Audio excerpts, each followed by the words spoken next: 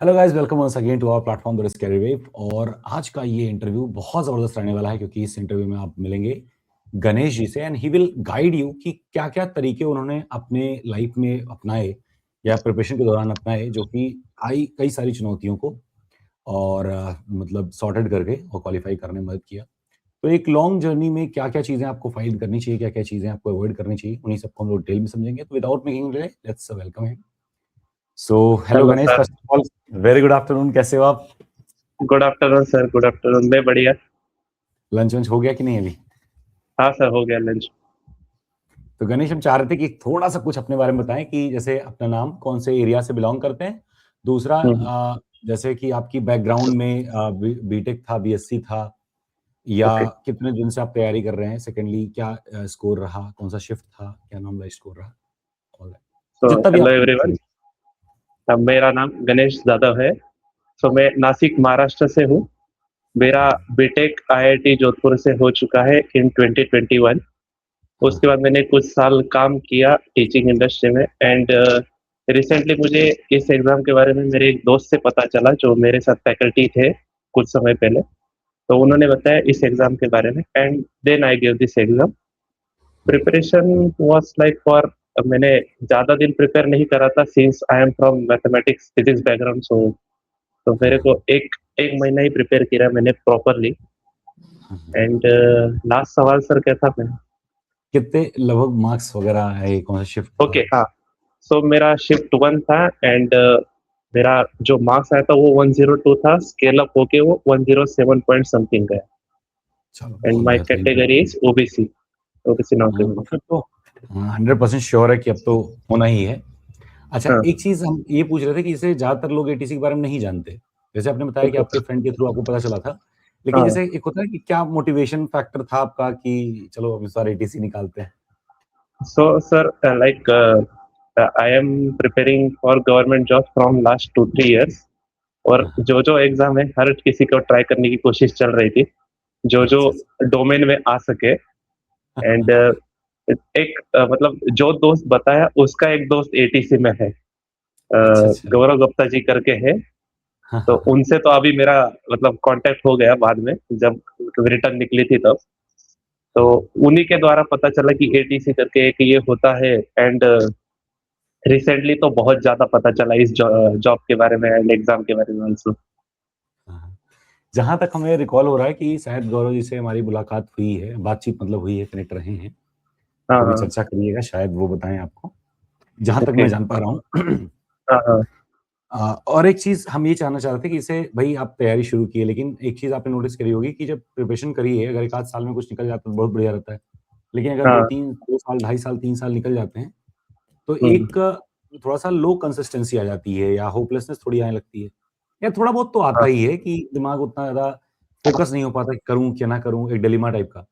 तो ऐसे हुँ, में हुँ। जैसे इन ड्यूरेशंस में थोड़ा-सा अपने आप को मोटिवेटेड रखना या कैसे कंसिस्टेंट रखना, ऐसा कुछ जो आप सजेस्ट कर पाओ थोड़ा बहुत भी?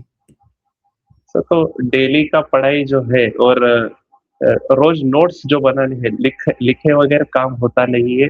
जनरली बच्चे इस मूड में चले जाते हैं कि पढ़ लूँगा, पढ़ते रह जाते हैं।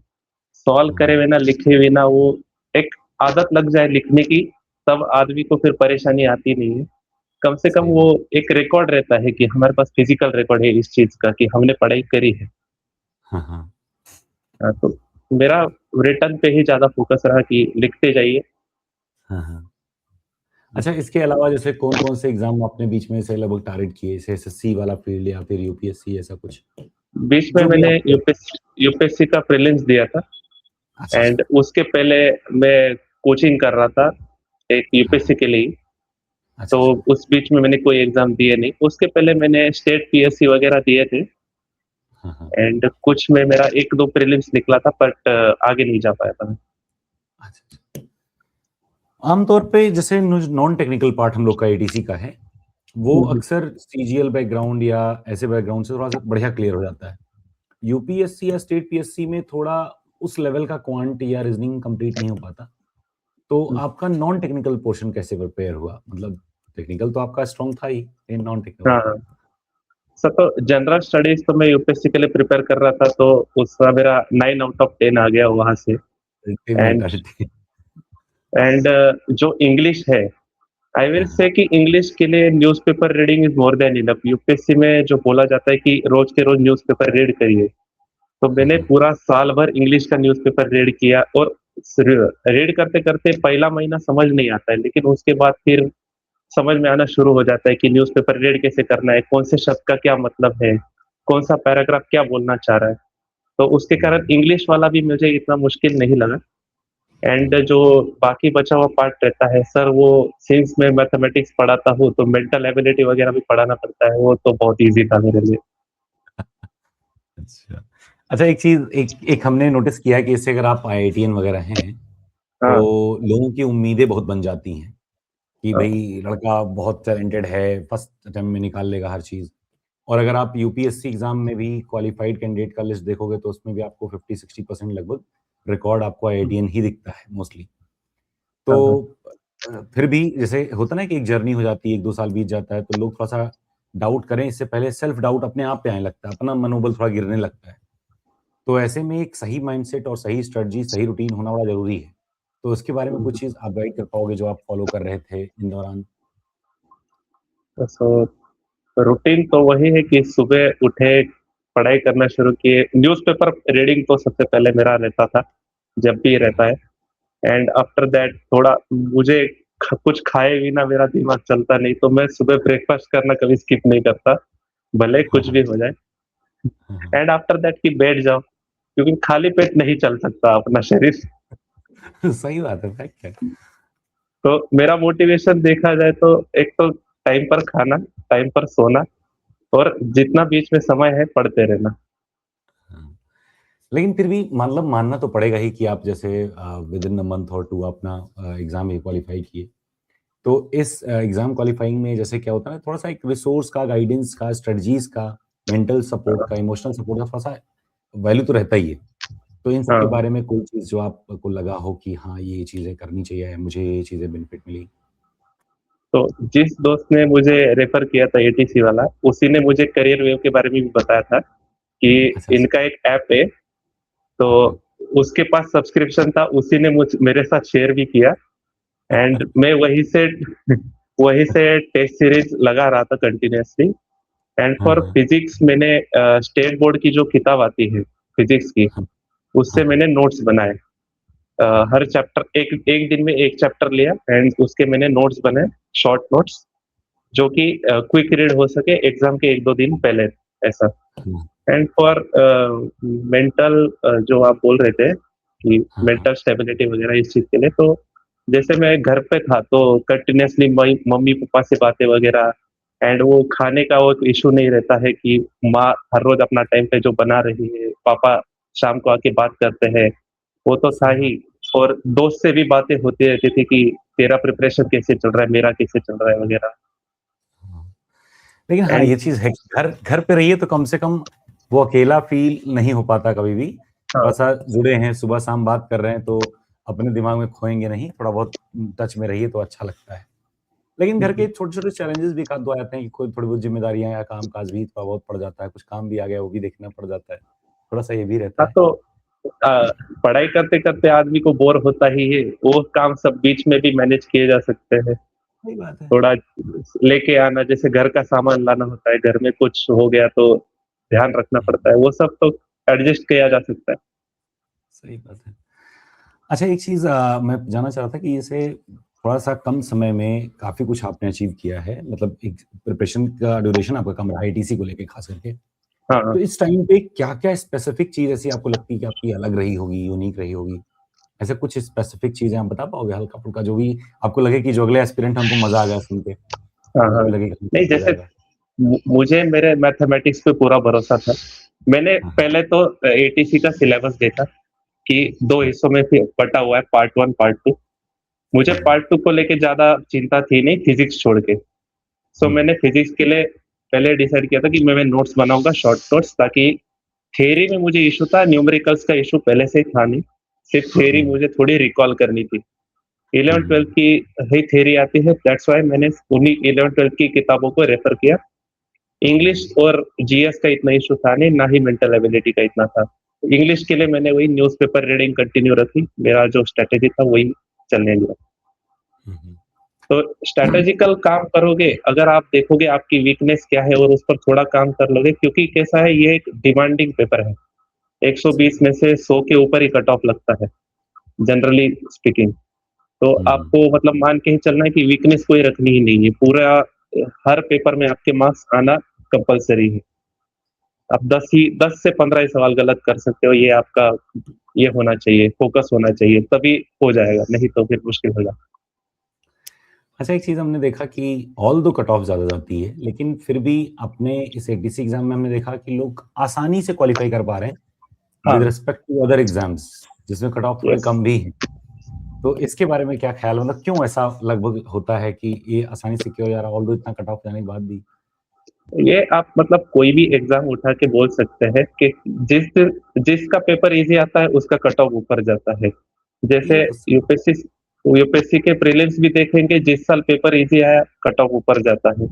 सो हुँ, टेक्निकली ये पेपर काफ़ी ईज़ी आता है कंपेयर्ड टू अदर पेपर्स, सो उसके लिए कट ऑफ ऊपर जाता है।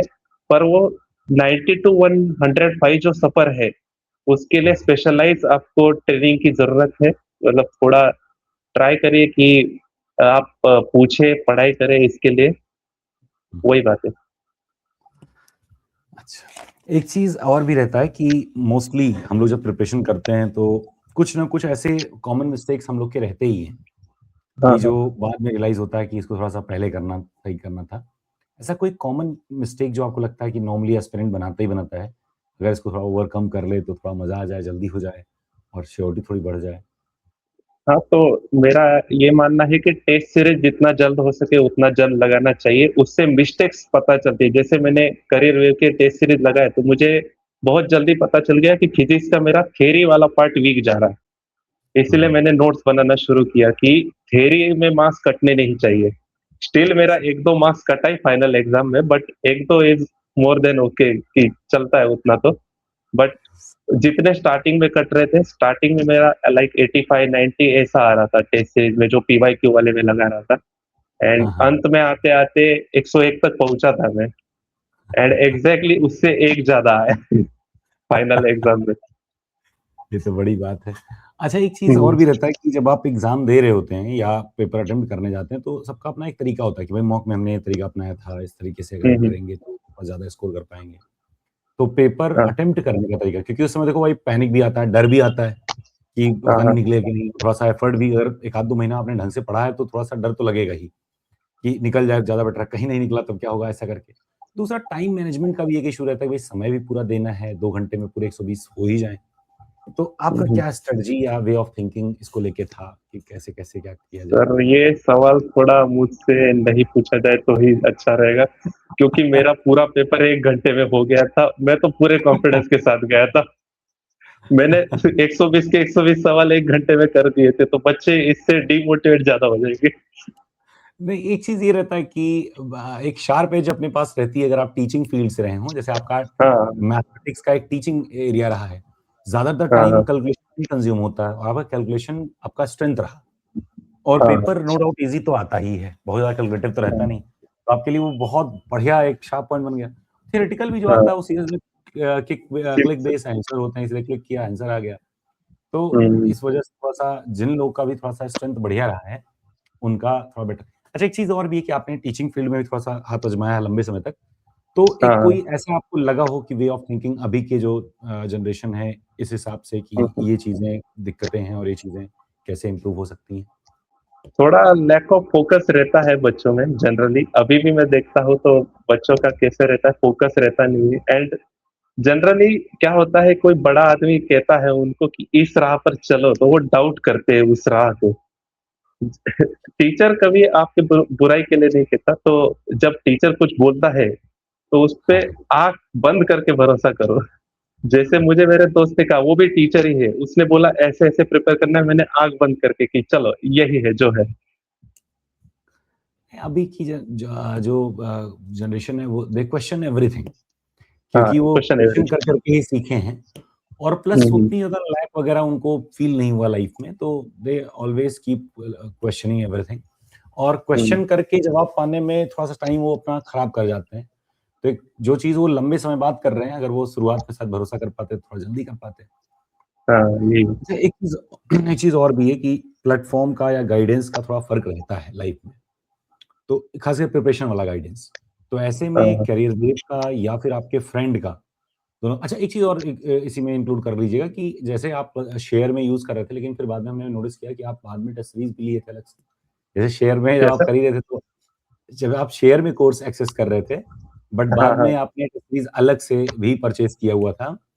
तो ऐसा हाँ। इसका ये रीज़न बताइएगा, दूसरा जो मैंने क्वेश्चन किया था उसका भी? हाँ सर, तो इनका बहुत ज़्यादा अहमियत है।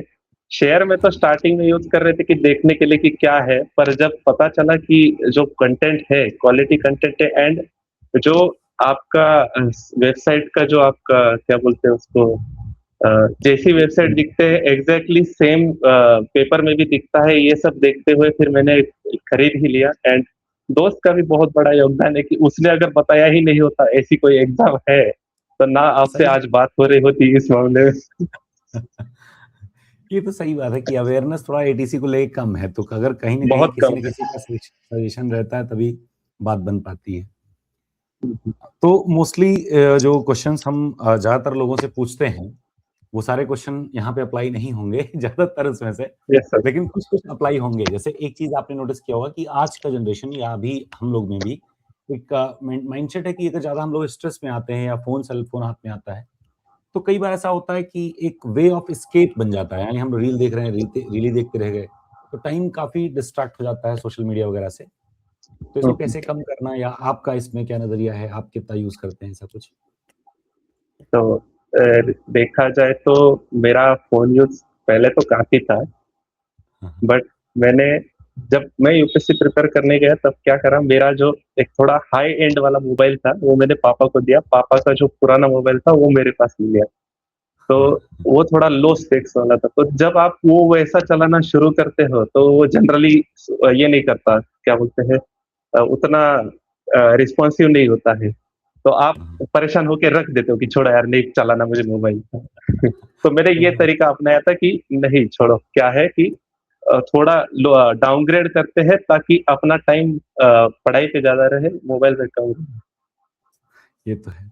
अच्छा, एक चीज़ और भी रहता है कि ख़ास करके इस एज तक आते-आते जब आप ग्रेजुएट, पोस्ट ग्रेजुएट हो गए हो, तो अभी की जो टाइम बीइंग है उस फ्रेम के हिसाब से, normally everybody is in relationship, mostly मतलब most of them are in relationship, और एग्ज़ाम के ड्यूरेशन में या उस दौरान भी उसको मैनेज कर पाना सो दैट कि वो पॉज़िटिव इम्पैक्ट ही हो अपने प्रिपरेशन पे, वो बड़ा मुश्किल रहता है। ऐसा कोई एक्सपीरियंस या कुछ जो आपको लगे कि शेयर करना नहीं चाहिए? सही इस मामले में नहीं कुछ। अच्छा, एक चीज़ और भी होता है कि जब आदमी टीचिंग वगैरह फील्ड में अगर आ जाता है, तो हमने ये हुँ, हुँ। नोटिस किया है कि they generally become the ideal person, हाँ, कि जब वो बच्चों को देख रहे होते हैं और फिर उसी के हिसाब से धीरे-धीरे करके वो आइडियल लेवल पे आ जाते हैं कि वो सारी चीज़ें जो बच्चों में कमियाँ हैं, वो सोचते हैं कि भई बच्चा हमको ही देख के क्योंकि सीख रहा है, तो उसको धीरे-धीरे करके अवॉइड करते हैं, एक आइडियल टाइप की कोशिश करते हैं कि वो बच्चे फॉलो कर पाएँ। और कई हाँ, सारे शौक भी अपने छोड़ देते हैं, जैसे way of dressing, way of talking, बहुत ज़्यादा भड़काऊ कपड़े भी पहनना छोड़ देंगे, तो एक असर आता है। जैसे मैं अपना ही बताऊँ, हाँ, मैं 17 से इस एजुकेशन फील्ड में आया, उसके बाद हाँ, से मुझे हाँ, ध्यान भी नहीं कि मैंने कभी, मतलब वो होता है ना कि एक फन वाला लाइफ जिया हो।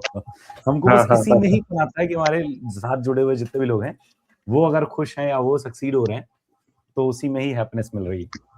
हुँ, हुँ, अच्छा, एक ज़्यादातर सर एक हवा बनी रहती है कि भई एटीसी निकल जाएगा, उसके बाद डीवी होता है, वॉइस टेस्ट होता है, तमाम सारे हुँ। स्टेप्स होते हैं, निकाल देते हैं लोग। तो क्योंकि आपका स्टेप पूरा हो चुका है सेकंड वाला भी स्टेज, तो हाँ, हाँ।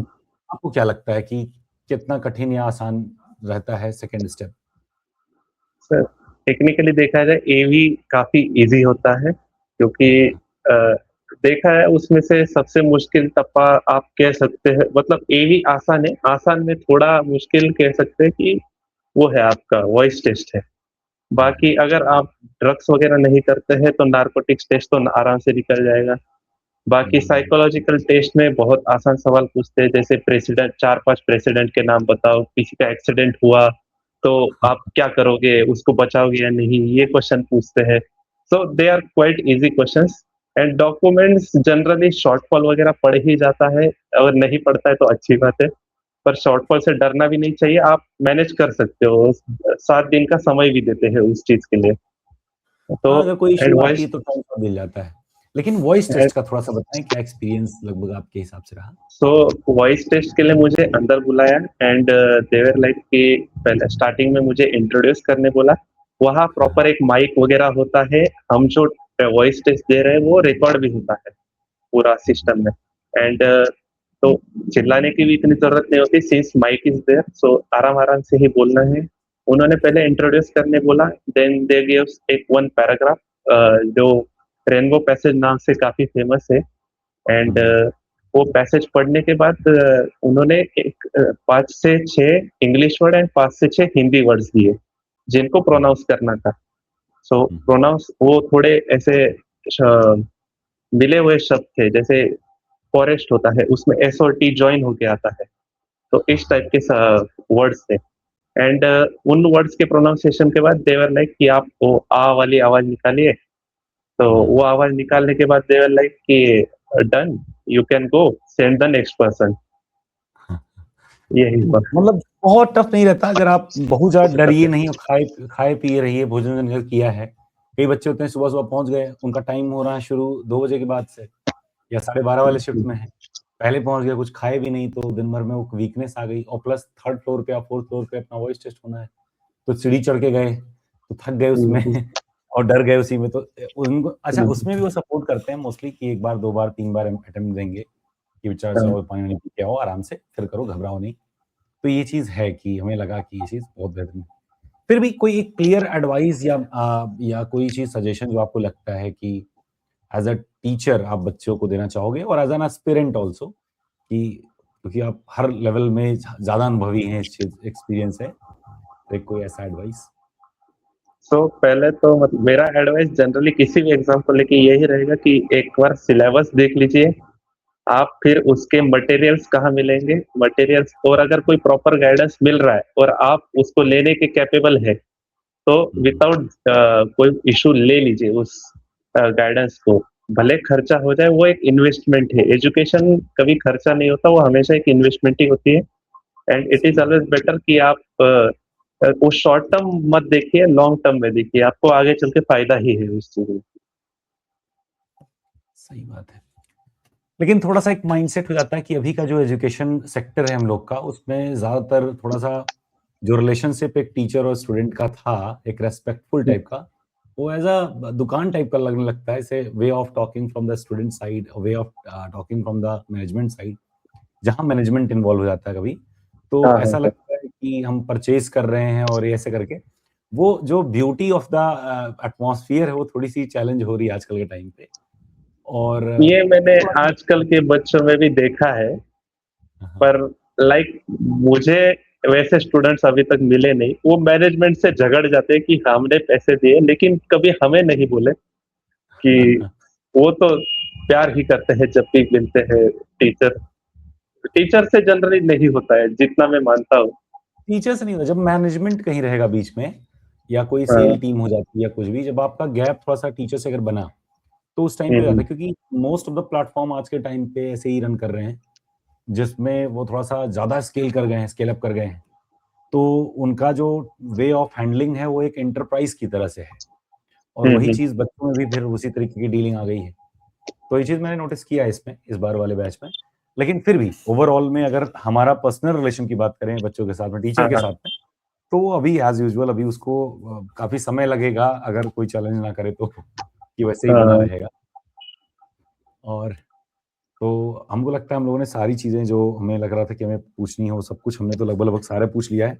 एक चीज़ लास्ट में हम और पूछना चाहेंगे, उसके बाद हम लोग समाप्त करेंगे, कि एक स्टडी मटेरियल रिसोर्स का थोड़ा-सा इफ़ेक्ट तो रहता ही है, ख़ास करके हाँ। इस एग्ज़ाम में कि अगर आपके पास टू द पॉइंट मटेरियल है तो ये बहुत आसान है और अगर हुँ, जिसके हुँ। पास एक्सपीरियंस नहीं है और वास्ट डीप डेप्थ में अगर पढ़ना शुरू कर दिया तो काफ़ी मुश्किल हो जाएगा क्योंकि बहुत कम समय मिलता भी है। हाँ, तो हाँ। इसको लेके कोई चीज़ अगर आप सजेस्ट कर पाओ या एडवाइस कर पाओ? सो सर, लाइक जो आप कह रहे थे कि बहुत डीप में तो नहीं जाना होता इस एग्जाम में। इस एग्जाम का जो सिलेबस है वो ऊपरी सतह पर है, एंड जो वो एआई वाले जो सिलेबस डालते हैं, they are only writing physics and mathematics. उसमें कहीं मेंशन नहीं है कि कौन से टॉपिक पढ़ने हैं। वो सिर्फ लिखा है physics and mathematics of class 12, वो class 11th and 12th। So it is always better कि आप एक रेफरेंस बुक लेके उठाए और उसको प्रॉपर तरीके से करें। एंड जो आपके करियर में वाले किताबें भी है, वो भी एक अच्छा गाइडेंस है। उनमें टू द पॉइंट और जितना आता है उस पे ही है। जैसे आप इसके लिए एचसी वर्मा लेके बैठेंगे इस एग्जाम के लिए, तो वो आपको हेल्प नहीं करेगा, क्योंकि सही एचसी बात। वर्मा इस पर 11 12 जेई के एग्जाम के लिए। इस एग्जाम में उतना डीप में नहीं पूछा जाएगा। तो जो जिसका जहाँ एक्सपर्टीज है वही वो वाला किताब लेने में भलाई है। बस समय अगर बचा के चले तो काम बन जाएगा। समय बचे। ठीक है Ganesh, thank you so much. आपसे बात हुई और आपका थोड़ा सा एक्सपर्टीज भी वास्ट रहा, आपका एक्सपीरियंस भी, एजुकेशन एक्सपीरियंस भी बहुत जबरदस्त रहा है।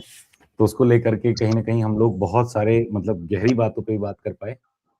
और थैंक यू सो मच कि आपने ज्वाइन किया। और मैं उम्मीद करूंगा कि अभी इसी मंथ के एंड तक जैसे फाइनलिस्ट आएगी तो हाँ हम हाँ, मिठाई का भी इंतजार करेंगे कि हमको गणेश यस भाई सर, से मिठाई चाहिए। बिल्कुल लेके आएंगे सर। अगर मैं आता हूँ दिल्ली तो ले आऊंगा सर। हाँ, और दूसरा जब भी अगर समय मौका मिल पाए तो एक हाँ बार हाँ, अगर विजिट हो जाए तो सबसे बेस्ट है कि मुलाकात अगर 10 मिनट की 5 मिनट की हो जाए, सो दैट वुड ठीक है बी सर, ग्रेट। चलेगा। अगर मैं सो आता हूँ तो बिल्कुल मिल के जाऊंगा सर। ठीक है, ठीक है, thank you Ganesh so much. Okay. So this was session with our guest Ganesh and you might have experienced कि बहुत सारी ऐसी चीजें जो आमतौर पे ज्यादातर इंटरव्यूज में हम लोगों ने नहीं करी हैं, बट इस वाले सेशन में हमने की हैं। तो एक चीज आप देखेंगे कि ओवरऑल में इसमें जैसे कि आपका रिसोर्स हो गया, गाइडेंस को लेके हो गया, थिंकिंग को लेके हो गया, ऐसे हम लोगों ने करीब करीब 8-10 क्वेश्चंस पे बात करी है जो कि एक अलग नजरिया देती हैं। तो मुझे उम्मीद है कि आपने इस पूरे सेशन को देखा होगा। And if still there is any doubt that you face, let me know in the comment section. So wish you all the best. Take care. Bye bye.